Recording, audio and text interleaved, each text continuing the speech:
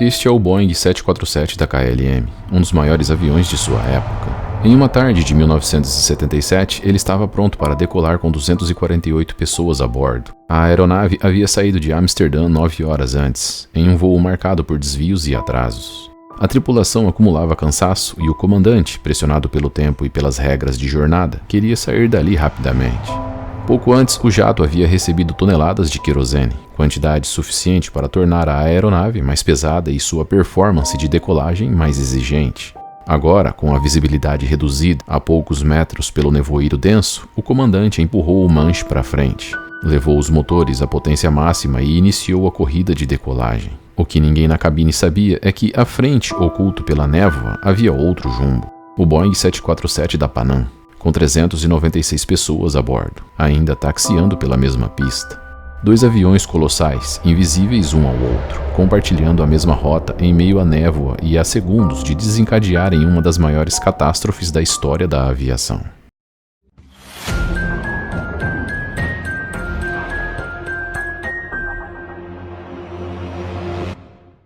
Na noite de 26 de março de 77, um Boeing 747 deixou Los Angeles. Era o Panam 1736, também conhecido como Clipper Victor. A aeronave era o primeiro 747 comercial da história, o mesmo que 7 anos antes havia inaugurado a era dos jumbos. O avião fez escala em Nova York, onde a maioria dos passageiros embarcou. Eram famílias inteiras, casais de férias, turistas em busca das praias ensolaradas de Gran Canária.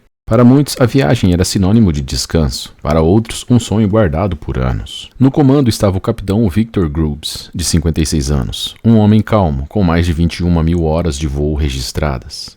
Ao seu lado, o primeiro oficial Robert Bragg, de 39 anos, conhecido pela clareza nas comunicações de rádio. E completando a cabine, o engenheiro de voo George Warnes, de 46 anos. Essa era uma tripulação respeitada com grande experiência. Na manhã de 27 de março, às 7 horas em Nova York, o 747 levantou o voo em direção ao Atlântico. A chegada ao aeroporto de Las Palmas estava prevista para o início da tarde, pouco depois das 13h30, horário local das Canárias. A cabine estava tranquila. Para todos a bordo, aquele era apenas mais um voo de férias. Enquanto o Panam 1736 seguia sobre o Atlântico, outro 747 se preparava para chegar ao mesmo destino. O KLM 4805 havia deixado o Amsterdã Schiphol às 9 da manhã, horário local, às 8 no fuso das Ilhas Canárias. A bordo estavam 234 passageiros e 14 tripulantes, quase todos turistas holandeses ansiosos por dias de sol.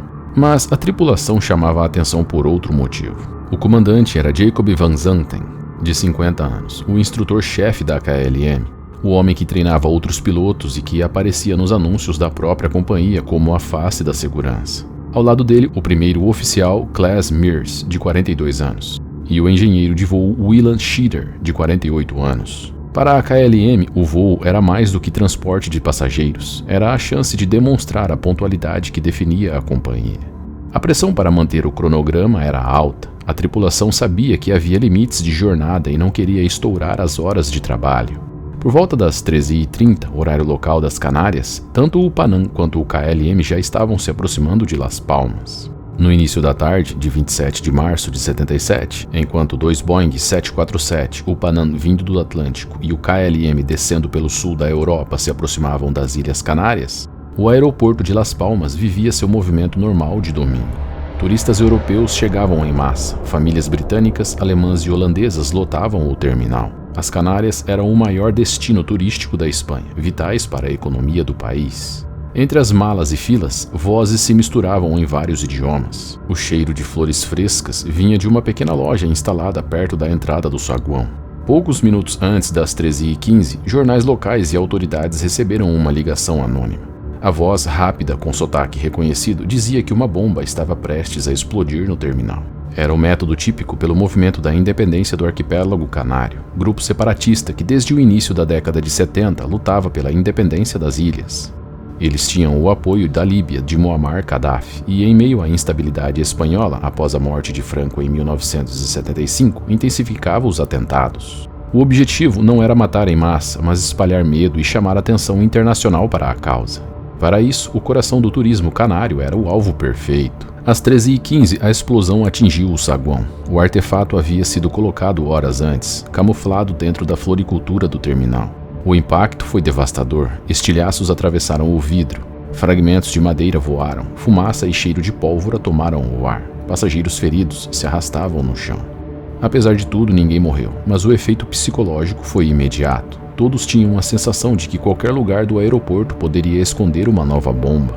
A Guarda Civil iniciou a evacuação às pressas. Centenas de pessoas foram levadas para fora do terminal, amontoadas no estacionamento sem informações claras. Enquanto isso, patrulhas armadas vasculharam o local em busca de mais explosivos.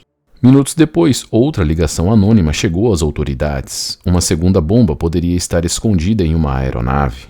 O aeroporto de Las Palmas foi fechado por tempo indeterminado. Nenhum avião pousaria ali até que o risco fosse eliminado. Poucos minutos após a explosão em Las Palmas, a ordem foi transmitida sem espaço para discussão. O aeroporto de Gran Canária estava fechado. Nenhum avião poderia pousar até que toda a área fosse vasculhada em busca de novas bombas. O Panam 1736 já se preparava para iniciar a descida sobre o Atlântico. O KLM 4805 avançava em rota perfeita desde Amsterdã. Às 13h30, horário local, o controle aéreo informou que todos os voos seriam redirecionados para Tenerife Norte, também chamado de Los Rodeos. No ar, os dois maiores aviões comerciais do mundo receberam a notícia quase ao mesmo tempo. O Panam 1736, já em descida, teve que abandonar a aproximação e prolongar a rota até Tenerife. O comandante Grubbs respondeu sem surpresa na voz, mas já sabia que isso significaria mais tempo de voo e atraso para os passageiros. O KLM 4805, que vinha do norte, também foi desviado. Para o capitão Van Zanten, havia outra preocupação em mente: os limites de jornada da tripulação, que já estava perto do máximo de horas permitido pela lei. A alternativa parecia simples: pousar em Tenerife, aguardar até que Gran Canária fosse reaberto e seguir viagem. Mas havia um detalhe que não estava na equação. Los Rodeos não era Gran Canária. Era um aeroporto regional construído a 633 metros de altitude, cercado por montanhas. Sua pista única tinha pouco mais de 3.400 metros e não havia radar de solo para guiar os aviões em meio à neblina, um fenômeno comum naquela região. Quando o tempo fechava, o controle não conseguia ver além do que os pilotos reportavam por rádio. Ainda assim, era o único aeroporto disponível. Entre as 13h45 e 14h15, os dois Boeing 747 pousaram em Tenerife Norte. Primeiro o KLM, vindo de Amsterdã, e poucos minutos depois o Panam, vindo de Nova York, junto com uma sequência de outras aeronaves. O pátio ficou rapidamente saturado. Para acomodar todos, as aeronaves precisaram estacionar até em taxiways. Para os passageiros, aquilo era apenas um contratempo. Seriam algumas horas de espera em Tenerife até o aeroporto original reabrir. Naquele momento, o Panam e o KLM estavam no mesmo aeroporto. Dois jumbos que deveriam estar separados por centenas de quilômetros agora dividiam o mesmo pátio. Lado a lado em uma infraestrutura limitada, onde a altitude, o nevoeiro, a pista única e a saturação do pátio criavam o cenário perfeito para que qualquer erro tivesse consequências terríveis. No aeroporto de Los Rodeos, o pátio já estava congestionado. Era um espaço projetado para voos regionais, agora tomado por aviões internacionais de grande porte. Os aviões menores foram posicionados próximos ao terminal, mas os gigantes precisaram ser deslocados para áreas periféricas. Em alguns pontos, aeronaves estavam de frente umas para as outras, presas até que outra se movesse. O aeroporto transformara-se em um engarrafamento aéreo em solo. Dentro do Panam, o clima era de espera. Passageiros permaneciam a bordo, alguns impacientes, outros resignados. A tripulação acreditava que o Gran Canária seria reaberto em breve. No KLM, o capitão Jacob Van Zanten ordenou que o avião fosse reabastecido em Los Rodeos. Caminhões-tanques se aproximaram, mangueiras foram conectadas sob as asas e o cheiro de combustível espalhou-se pelo pátio. Os passageiros permaneceram a bordo durante todo o procedimento. O avião da Panam estava tão próximo que os passageiros conseguiam ver o reabastecimento do KLM pela janela. A aeronave recebeu cerca de 55 mil litros de combustível, o equivalente a aproximadamente 45 toneladas adicionais de peso. Esse volume era suficiente para que, depois de uma rápida escala em Las Palmas, o 747 seguisse direto para Amsterdã, sem necessidade de novo abastecimento. Na prática, o avião ficava pronto para encerrar a operação no menor tempo possível assim que o aeroporto fosse liberado. A decisão estava ligada ao tempo de jornada da tripulação. Desde a decolagem em Amsterdã, horas já haviam se acumulado. Se a espera em Tenerife se prolongasse e o reabastecimento fosse deixado para Las Palmas, Havia o risco de ultrapassar o limite legal de jornada e ser necessário cancelar o voo. Hospedar mais de 200 passageiros em Tenerife significaria um problema logístico e de imagem para a companhia. O reabastecimento resolvia esse ponto operacional, mas trazia consequências técnicas. O peso extra aumentava a distância necessária para a decolagem, reduzia a capacidade de subida do 747 em caso de manobra de emergência, e aumentava a carga de combustível disponível para alimentar um incêndio em caso de acidente. Além disso, o processo atrasou a saída do KLM em cerca de 30 minutos. Esse intervalo foi suficiente para que o nevoeiro avançasse sobre Los Rodeos, piorando a visibilidade do aeroporto. Van Zanten não era apenas comandante, era o instrutor-chefe da KLM, o piloto mais respeitado da companhia e o rosto de campanhas publicitárias. Sua palavra tinha peso absoluto dentro da cabine. A decisão foi seguida sem questionamentos. Enquanto isso, o Panam permanecia parado, aguardando ao lado do KLM. Por volta das 15 horas, a situação em Los Rodeos se agravou. O nevoeiro que se formava não era estático. Ele avançava em camadas intermitentes, se dissipando parcialmente com o vento e logo depois retornando ainda mais denso. Em alguns momentos, a visibilidade chegava a 300 metros. Minutos depois, caía para menos de 100 metros. Essa oscilação confundia as tripulações. Ora parecia possível decolar, ora parecia impossível enxergar além do nariz do avião. Era como se cada aeronave estivesse sozinha no aeroporto, quando na realidade dezenas de aviões estavam espalhados em posições irregulares. O aeroporto não tinha radar de solo, os controladores dependiam exclusivamente do canal de rádio compartilhado. Era um único espaço de comunicação para todas as aeronaves ao mesmo tempo. Quando duas vozes se sobrepunham, parte da mensagem se perdia. Bastava uma frase incompleta para transformar instruções em mal-entendidos. Em condições normais, a separação entre aeronaves se apoiava na visão dos controladores. Com o nevoeiro, toda a segurança do aeroporto estava sustentada apenas por palavras transmitidas em meio a ruídos e interferências. O pátio estava cheio, a pista encoberta e a torre operava sem enxergar nada. Cada minuto que passava reduzia ainda mais a margem de segurança. Pouco depois das 16h30, o aeroporto de Las Palmas foi reaberto. Parecia que o atraso havia chegado ao fim, mas dezenas de aviões estavam espremidos, aguardando decolagem e havia apenas uma pista disponível para organizar a saída. O KLM foi o primeiro a receber autorização. Vale lembrar que o avião já estava abastecido com combustível suficiente para retornar direto à Holanda. Assim, a aeronave teria que pousar em Las Palmas apenas para desembarque. O jato holandês começou a taxiar lentamente pela pista principal, não para decolar de imediato, mas porque as taxiways estavam bloqueadas por aeronaves estacionadas. Na prática, a pista de decolagem virou também rota de táxi, uma medida aceitável em dias claros, mas extremamente arriscada sob nevoeiro denso.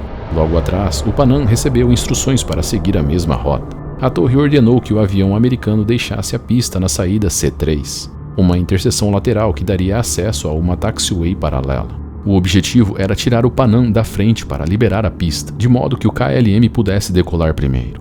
Não havia luzes de táxi e o nevoeiro reduzia a visão a poucos metros. Identificar a saída correta se tornava quase impossível. A tripulação precisava se orientar por pontos de referência que praticamente não existiam. Na torre, os controladores também estavam limitados. Sem radar de solo e sem visibilidade, não podiam confirmar se o Panam realmente havia encontrado a saída indicada. Em meio ao nevoeiro, cada aeronave estava invisível não apenas para a torre, mas também para todas as outras. A pista de Los Rodeos tinha 4 saídas para a esquerda, C1, C2, C3 e C4. A saída designada, a C3, exigia uma curva fechada de quase 45 graus. Para um 747, já seria uma manobra difícil em condições normais. Sob nevoeiro, era um desafio de precisão quase cega. Na cabine do Panam, a tripulação tentava localizar a saída. A sinalização era precária, placas pequenas, mal posicionadas e sem iluminação. A visibilidade era tão curta que um ponto de táxi só podia ser visto quando já estava sendo ultrapassado. O engenheiro de voo chegou a questionar se já haviam passado pela C3. Muitos acreditavam que a saída seguinte, a C4, seria mais adequada, mas não houve confirmação clara da torre. Enquanto o Panam avançava lentamente, o KLM já havia chegado ao final da pista. A aeronave fez a manobra de 180 graus, alinhando-se na cabeceira. Van Zanten acreditava que estava em posição para decolar assim que recebesse a autorização final. Na torre, os controladores trabalhavam no escuro. O que se sabia da posição dos dois vinha apenas do que cada tripulação transmitia pelo rádio. Era uma comunicação frágil demais para a responsabilidade de coordenar 2 jumbos na mesma pista. De um lado, o KLM já alinhado para acelerar, do outro, o Panam tentando encontrar uma saída invisível. Para a torre, tudo o que existia eram vozes no rádio. Com o KLM alinhado na cabeceira da pista e o Panam ainda taxiando em busca da saída C3, às 17h06, Van Zanten avançou os motores e transmitiu: "We are now at takeoff." Na época, a fraseologia não era totalmente padronizada. Essa expressão poderia significar apenas "estamos na posição para a decolagem", mas para quem ouvia, soava como uma declaração de que o avião já tinha autorização. A torre respondeu: "Ok, stand by for takeoff. I will call you." Quase ao mesmo tempo, o Panam transmitiu: "We're still taxiing down the runway." As duas mensagens se sobrepuseram. O sistema de rádio VHF não permitia transmissões simultâneas. Quando duas vozes falavam juntas, trechos eram engolidos por chiado. Na prática, a torre não ouviu a frase do Panam por completo. Dentro da cabine do KLM houve dúvidas. O engenheiro de voo perguntou: "Is he not clear that Pan American?" Van Zanten manteve a decisão, convicto de que ouvira uma autorização, e respondeu com firmeza de que estava autorizado. A hierarquia na cabine prevaleceu. O primeiro oficial repetiu: "We are cleared for takeoff." Estamos liberados para a decolagem? Na torre, acreditava-se que o KLM aguardaria. No Panam, a tripulação tentava reforçar que ainda estava na pista, mas para Van Zanten, a mensagem era inequívoca: ele estava autorizado. Os motores foram levados à potência máxima. O KLM começou a acelerar. No nevoeiro, cada avião via apenas o vazio à frente. O KLM acreditava que a pista estava livre. A torre acreditava que ambos estavam seguindo o bom senso. Naquela tarde, 3 percepções distintas coexistiam na mesma pista. Todas faziam sentido isoladamente, mas juntas formavam o cenário exato para o desastre. O jumbo americano ocupava a faixa central em baixa velocidade, invisível para o outro avião. Quando o KLM atingiu cerca de 260 km por hora, a silhueta escura do Panam surgiu de repente através da névoa. Era tarde demais para frear. Van Zanten reagiu com o único recurso possível. Puxou os comandos e tentou erguer a aeronave antes do tempo. O 747 holandês começou a subir, mas o peso extra de 45 toneladas de combustível recém-carregado reduzia sua performance. A cauda raspou no asfalto, deixando uma marca longa no concreto. A fuselagem conseguiu se erguer alguns metros, mas não o suficiente. O trem de pouso dianteiro e parte inferior da fuselagem do KLM atingiram o Panam em cheio.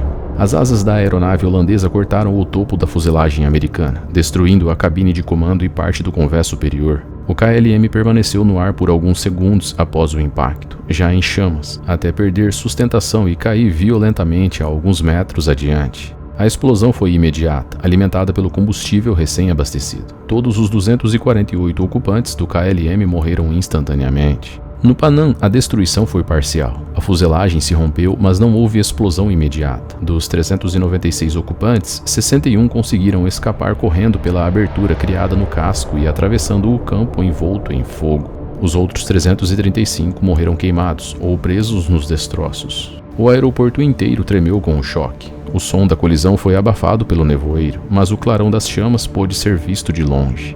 Na torre, os controladores não tinham clareza do que havia ocorrido. 2 aeronaves haviam desaparecido no branco da névoa e, segundos depois, o rádio silenciou. Em menos de 15 segundos, o maior desastre da aviação civil estava consumado. O choque transformou a pista de Los Rodeios em um campo em chamas. O KLM 4805, carregado com mais de 55 mil litros de combustível, explodiu. A bola de fogo envolveu toda a aeronave, que permaneceu intacta apenas por instantes antes de ser consumida. Nenhum dos 248 ocupantes teve chance de escapar. O Panam 1736 sofreu um destino diferente. A colisão arrancou parte da fuselagem superior e destruiu a cabine, mas não houve explosão imediata. O fogo começou a se espalhar mais lentamente, permitindo uma reação rápida.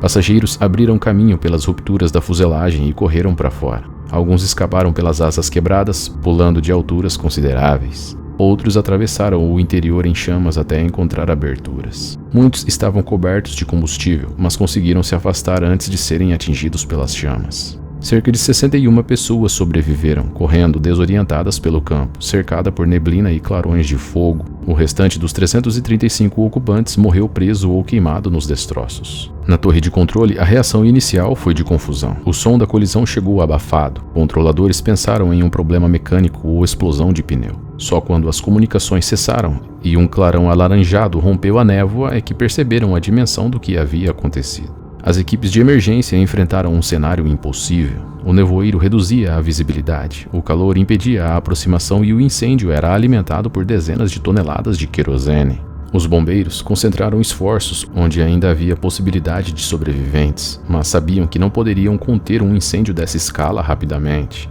Os sobreviventes que conseguiam se afastar descreviam gritos vindos do interior do Panam, abafados pelo fogo. Outros relataram que a névoa criava a sensação de pesadelo. Não viam o incêndio até estarem quase dentro dele, mas sentiam o calor e o cheiro de combustível queimando, misturado ao de carne humana. O KLM explodiu em segundos, o Panam queimou em minutos. Essa diferença mínima foi o que permitiu que 61 pessoas escapassem do maior desastre da aviação civil. Logo após a tragédia, equipes da Direção-Geral de Aviação Civil da Espanha assumiram a investigação, com apoio direto da KLM, da Panam e de 2 outras organizações. O acidente era grande demais para ficar restrito a uma única jurisdição. Os primeiros dias foram dedicados a coletar testemunhos dos sobreviventes do Panam e registros de rádio. O gravador de voz da cabine do KLM foi destruído no incêndio, mas o do Panam sobreviveu, fornecendo diálogos cruciais sobre a sequência dos eventos. A frase transmitida por Van Zanten, "We are now at takeoff", foi considerada ambígua e interpretada de formas diferentes por cada parte envolvida. A sobreposição de transmissões entre Panam e torre fez com que informações críticas se perdessem. A tragédia não teve uma única causa, foi o resultado de uma cadeia de falhas que se somaram até formar o cenário para a colisão. Nenhum desses fatores isolados seria suficiente para causar o acidente. Mas todos eles juntos criaram uma sequência fatal, um atraso que coincidiu com o nevoeiro, um aeroporto sem estrutura para lidar com isso, uma comunicação truncada no pior momento e uma dúvida ignorada dentro da cabine. O desastre de Tenerife mostrou que a segurança da aviação não depende de um único sistema, mas de múltiplas camadas de proteção. Em 27 de março de 77, todas essas camadas falharam ao mesmo tempo. O resultado foi o maior acidente da aviação civil. Apesar da dimensão da tragédia, o acidente de Tenerife deixou contribuições fundamentais para a segurança aérea. A hierarquia deixou de ser absoluta dentro da cabine. Copilotos e engenheiros passaram a ser obrigados a questionarem o comandante em caso de dúvida. A maioria das vítimas do KLM não pôde ser reconhecida individualmente. Isso deixou centenas de familiares sem uma despedida digna. Na Holanda, o choque foi imenso. A KLM era símbolo nacional e Van Zanten era o rosto das campanhas publicitárias. O impacto coletivo foi comparado a uma ferida na identidade do país. Um pequeno contratempo envolvendo 2 garotos também foi considerado relevante para as consequências finais. Inicialmente, os passageiros não puderam desembarcar, mas, cerca de 20 minutos depois, a polícia e a administração do aeroporto autorizaram o desembarque para o terminal, onde todos receberam cartões de trânsito, identificando-os como passageiros do KLM 4805. Com a reabertura de Las Palmas, por volta das 16h30, o KLM iniciou o reembarque de volta ao 747 para aguardar a liberação de saída em Tenerife e seguir a operação. Nesse momento, quando chegou a hora de embarcar, 2 passageiros adolescentes não estavam no portão.